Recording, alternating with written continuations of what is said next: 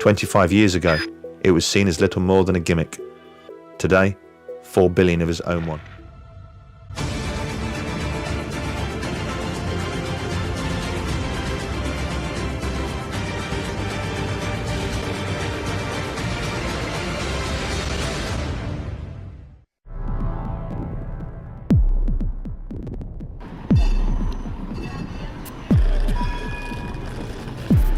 Onze telefoon.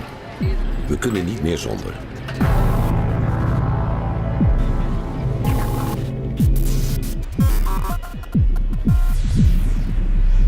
Gemiddeld kijken we er 200 keer per dag op. De filmpjes, foto's en berichten die we dag in dag uit verzenden en ontvangen, schieten onzichtbaar door de lucht, in de vorm van elektromagnetische straling. With the advent of the mobile phone in the 1980s, came the need to build a network of antennas to support them. Since then, the telecom companies have erected over 5 million mobile phone masts around the world. But incredibly, prior to filling the air with microwave frequencies, they didn't conduct a single piece of research to ensure there wouldn't be any long-term health effects from such exposure. It's an enormous change in environment on Earth, and it completely swamps all these natural signals, including the Schumann waves that we have evolved with.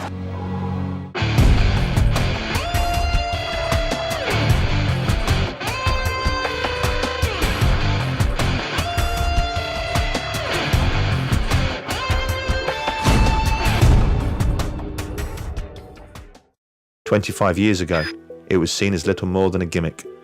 Today, 4 billion of us own one. Does the brain react to this exposure? A recent American study shows it absolutely does. The work was carried out by Dr. Nora Valco. Dr. Valco and her team studied 47 healthy people for an entire year. 50-minute exposure to a cell phone was associated with increases in glucose consumption by the brain, which indicates that the brain was being activated by the radio frequencies from the cell phone. This right area of the brain that was very close to the antenna showed the largest increases in metabolism as compared when the telephones were off. Dr. Valco's experiment showed that the human brain has a metabolic reaction to the presence of microwaves from a mobile phone, a metabolic reaction at levels well below the legal limit.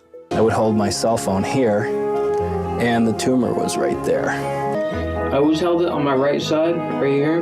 The industry should have put these warnings on these phones a long time ago. Studies like Professor Lashinsky's now allow top neurosurgeons to issue a stark cell phone warning. It's essentially cooking the brain. Clinical studies find young men who keep phones in their pockets have much lower chances of producing offspring, while women often store them on their chest.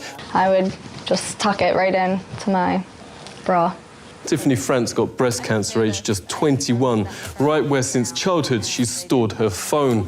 These spots mark the areas of Donna James's cancer. Her doctors call this a new breed of distribution that exactly matches where women keep their phone. Multiple small cancers were confined to the upper inner aspect of the breast. So I found a study from 2008. It's called Mercury Release from Dental Amalgam Restorations after magnetic resonance imaging and following mobile phone use. It found that people who use mobile phones have an accelerated release of mercury from their dental fillings. I had heart racing, headaches, nauseous. It's a really weird feeling. Does it happen on the weekends?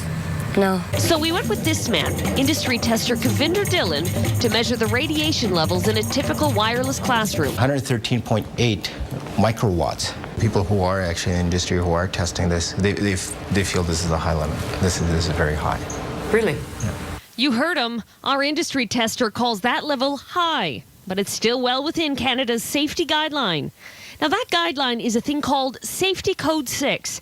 It sets the limit for radio frequency radiation exposure, and Health Canada says there's no way the levels we found are causing those headaches and heart palpitations. And Beth Peterson of Health Canada says the science backs it up. There's no evidence, scientific evidence, that those kind of effects are caused by the energy limits that kids are exposed to by Wi-Fi. Health Canada sets the limit at 10 million microwatts per meter squared. Now, that might not mean much to most of us, but in 2008, Toronto's Board of Health said it's way too high and asked Canada's Minister of Health in this letter for much stricter regulations, 100 times more strict. Health Canada never changed a thing. Still, no matter what any guideline says, these parents say they've seen it for themselves and Wi-Fi is harming their kids. Our safety limits are set on, we use a weight of evidence approach. So there are thousands of articles, thousands of peer-reviewed scientific articles on the issue. 16 by 9 wanted to take a look at that evidence, so we asked Health Canada for its science. They sent us this, a list of 16 studies entitled Specific to Wi-Fi. So we did our own homework going through every study, and not a single one looks at whether Wi-Fi in schools poses a health risk to students. The radio frequency meter, it is measuring the transmission of the wireless coming out of this modem. And you can see that the peak signal strength on the left column of this meter is at almost 6 volts per meter. That's as high as it goes. And on the right-hand side, the microwatts per square meter in terms of average is sometimes peaking up at 10,000. These are extremely dangerous readings. You can still see that the whole house is more or less being influenced by this radio frequency transmission. 5 of us all diagnosed at once, within 6 months of each other, with breast cancer.